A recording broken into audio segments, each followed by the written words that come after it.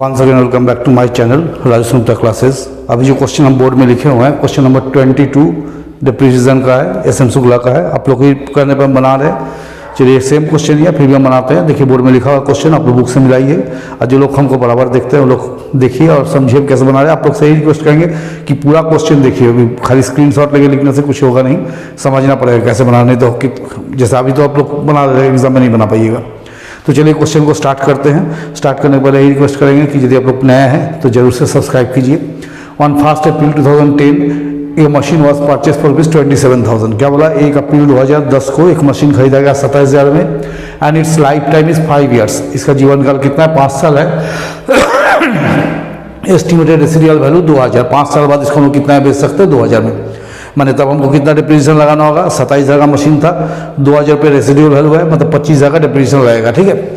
In order to replace the machine after 5 years, 5 साल बाद जब इसको रिप्लेस करेंगे, depreciation fund was created the amount which was invested in rate of interest of 4%। बोला depreciation fund create किया गया और जो डिप्रीशिएशन आता है उसको हम लोग एक जगह में इन्वेस्ट करते हैं जहाँ से कितना इंटरेस्ट होता है? 4%। ठीक है। 5th ईयर के इन्वेस्टमेंट को कितना में सेल कर दी? 19,400 में। ये हो गया इन्वेस्टमेंट का सेल वैल्यू, 19,400 में सेल किए। और आपको इन्वेस्टमेंट फंड टेबल शो कर रहा है कि 1 रुपया के हिसाब से आपको पाना है 5 साल बाद। 5 साल बाद अगर 4% के दर से हमको 1 रुपया पाना है तो एनुअली करीबन हमको 18 पैसा इन्वेस्ट करना पड़ेगा। ठीक है, ये दिया है रेट।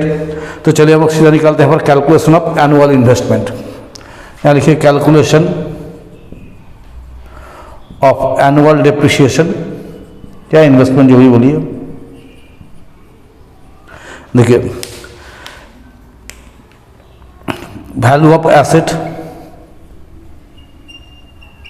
Minus scrap value. तो आपका वैल्यू ऑफ एसेट कितना दिया? 27,000। स्क्रैप वैल्यू हो गया 2,000। तो 5 साल में आपका एसेट कितना डिप्रिशिएट करेगा? 25,000। तो therefore depreciation per year value of depreciation total into rate of annuity, या वैल्यू ऑफ एसेट कर लीजिए ना, सबसे अच्छा समझ में आएगा। Value of assets into rate of an sinking fund या एन्युटी जो भी बोलिए। तो देखिए हम कितना बच रहा है? यहाँ पर 25,000 इंटू 0.184627। इसको मल्टीप्लाई करके देखते हैं कितना आता है ना। तो इसको हम लोग कर लेते हैं 25,000 इंटू 0.184627, ये ना। तो 4,616 रुपया। 1 साल में कितना डिप्रिशिएशन लगेगा? 4,616 रुपया, मैंने 5 साल में आपको ये हो जाएगा। तो आप यहाँ कीजिए calculation of interest and investment. यहाँ लिखिए calculation of interest and investment. देखिए 1 अप्रैल 2010 की है तो 31 मार्च 11 को पहला इन्वेस्ट कर दीजिए, जैसा हम लोग पिछले क्वेश्चन में भी किए थे। 4,616 रुपया। 31/3/12 को पहला इंटरेस्ट आपको आएगा 4,616 पे 4%। कैलकुलेट आएगा तो 4,616 इंटू 4% कर दीजिए तो करीबन 185 रुपया इंटरेस्ट है। तो इन्वेस्टमेंट हो जाएगा 4,616 प्लस 185 तो 4,801। अब हम लोग 31/3/13 को आएंगे, जब इंटरेस्ट निकालेंगे तो मेरे पास क्या है? एक बार हम लोग जमा किए 4,616 या 4,801, तो दोनों को जोड़ देंगे तो आ जाएगा 9,417 रुपया। तो 9,417 रुपया में 4% निकालिए इंटू 4%, 377 रुपया। ये हो गया इंटरेस्ट। तो देयरफॉर इस साल का इन्वेस्टमेंट कितना होगा? 4,616 और प्लस ये इंटरेस्ट 377।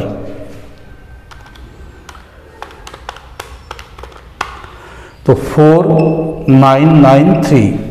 अब आइए 31/3/14 को इंटरेस्ट निकालेंगे। तो इंटरेस्ट के पहले हमको इन्वेस्टमेंट जानना होगा ना। तो पहला साल जमा किए थे 4,616 रुपया, फिर जमा किया था आपको 4,801 रुपया, इस बार जमा किए 4,993 रुपया।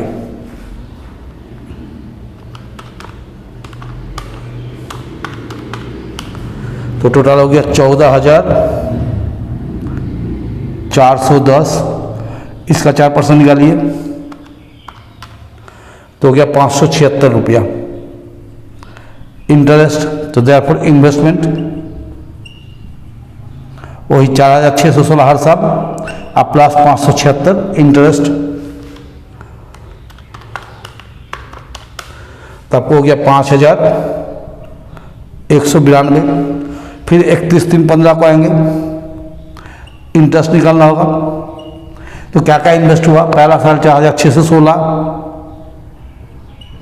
उसके बाद हुआ आपको 4,801, फिर हुआ 4,993, हो गया 5,192। ये 4 इन्वेस्टमेंट हुआ अभी तक। तो 4,616, 4,801, 4,993 और 5,192, तो 19,602। इस पे 4% निकालिए तो हो गया 784 रुपया। 784 रुपया इंटरेस्ट हो गया। तो देखिए वैल्यू ऑफ इन्वेस्टमेंट कितना हो गया, ये जो निकाले आपको वैल्यू ऑफ इन्वेस्टमेंट 19,602 और लेस सोल्ड फॉर कितना ही बचे हैं 19,400 में।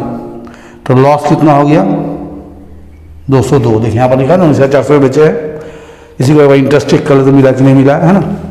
तो 2,000 बनाना है।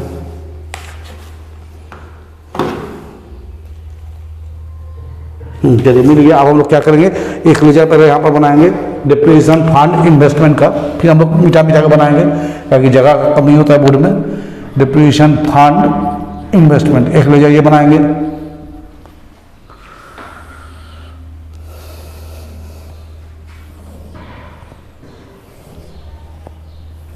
चलिए इसको हम लोग बनाते हैं डिप्रेशन फंड इन्वेस्टमेंट को, फिर इसको मिटा कर डिप्रेशन फंड बनाएंगे, है ना। देखिए यहाँ लिखिए 31/3/11 पहला साल कितना इन्वेस्ट किए, 2 बैंक अकाउंट, ये 4,616। 31/3/11 बाई बैलेंस CD 4,616। फिर 1/4/11 को जो CD की इसको क्या करेंगे पर BD कर देंगे, 2 बैलेंस BD 4,616। आप देखिए सेकेंड ईयर में कितना इन्वेस्ट किए 4,801। तो 31/3/12 को 2 बैंक अकाउंट 4,801, ये हो गया 9,417 रुपया। 31/3/12 को बाई बैलेंस CD 9,417। यहाँ लीजिए 1/4/12 जो CD के तो यहाँ BD कर देंगे, 2 बैलेंस BD 9,417। फिर इसके बाद कितना इन्वेस्ट हुआ देखिए इस जगह में 4,993। तो 31/3/13 को 2 बैंक 4,993, इसको जोड़ देते तो कितना आता है आपको 14,410। फिर यहाँ कीजिए 31/3/13 बाई बैलेंस CD 14,410, ये हो गया।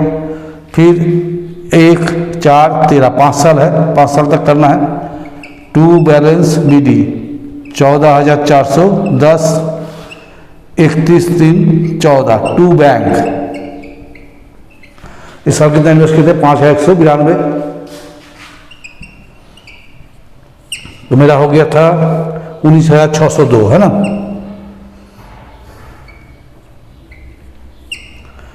तो 31/3/14 को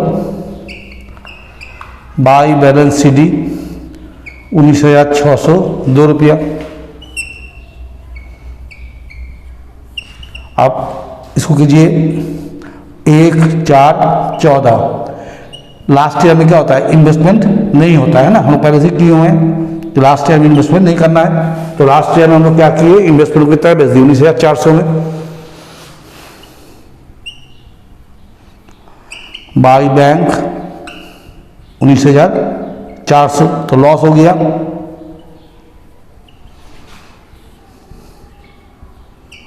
तो लॉस को कहाँ ट्रांसफर करेंगे? डेप्रिसिएशन फंड में। ये हो गया। चलिए आप लोग इसको देखिए, हम मिटा के फिर आगे बनाते हैं। तो देखिए हम यहाँ डेप्रिसिएशन फंड बनाए हुए हैं। चलिए इसको डेप्रिसिएशन फंड को बनाते हैं। तो सबसे पहले 31/3/11 को लिखिए बाई डेप्रिसिएशन। कितना डेप्रिसिएशन काट रहा है सर? 4,616 रुपया। इसके ऊपर बंद कीजिए 4,616। 31/3/11 टू बैलेंस CD 4,616। अब इसको ले 1/4/11 को बाई बैलेंस BD 4,616। अब देखिए पहला दूसरा साल में कितना इंटरेस्ट है? 185। तो by interest on depreciation fund investment 185। ये हो गया 31/3/12 का। फिर उसी डेट में बाई डेप्रिसिएशन कितना कटेगा डेप्रिसिएशन इस साल का? 4,616। तो आपको जोड़ के आ जाएगा 9,417 रुपया। तो यहाँ हम लोग कर देंगे 9,417। तो 31/3/12 को टू बैलेंस CD 9,417। फिर 1/4/12 को इसी को BD करेंगे बाई बैलेंस BD 9,417।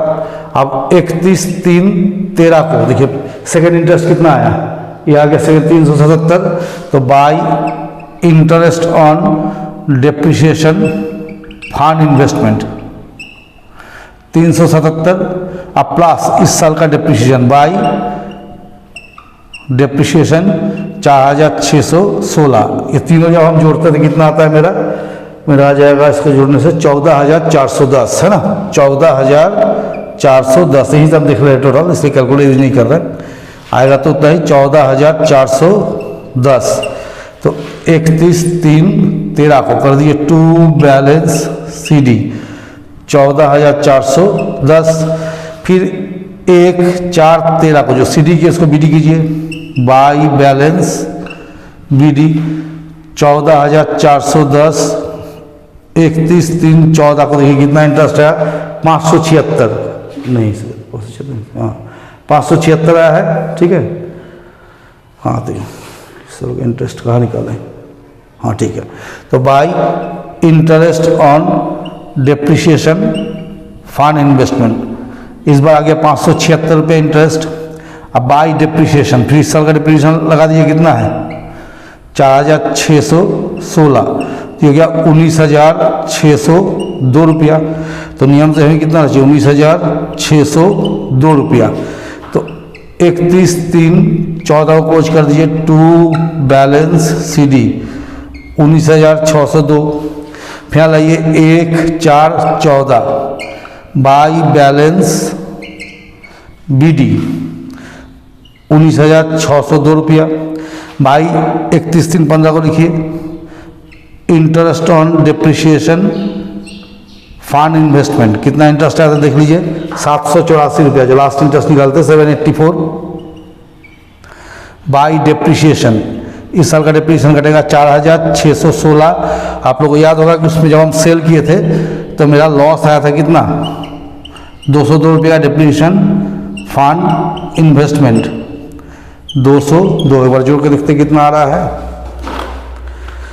19,602 784 4,616। ठीक है और यहाँ कर दिए टू न्यू मशीनरी कितना का लेना होगा? 25,000 का। तो 25,202 हो गया इधर।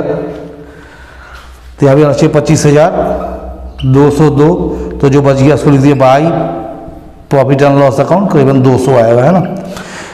तो ये आप लोग को हम बना के दिखाया। डिप्रीजन अकाउंट बना लीजिएगा तो सेम है कुछ रहता नहीं उसमें। ठीक है तो ये बनाया 22 नंबर। इसके बाद एक क्वेश्चन हम और रिकॉर्डिंग करेंगे। अभी नवरात्रा में है, नवरात्रा चल रहा है तो हम लोग कभी थक जाते हैं, दिन भर उपवास में रहते हैं, थकान बहुत होता है। तो चलिए फिर भी इसके बाद हम एक क्वेश्चन बनाएंगे 23 नंबर जो कि एन्युटी मेथड है। तो उसको भी आप लोग हम डाल देंगे। ठीक है तो कंसेक्यूटिवली दोनों वीडियो आज हम डालेंगे। तो आप लोग देखिए, आप लोग को अगर मदद होता है तो ज़रूर से कमेंट लाइक किए, शेयर कीजिए और चैनल में नए हैं तो जरूर सब्सक्राइब कीजिए।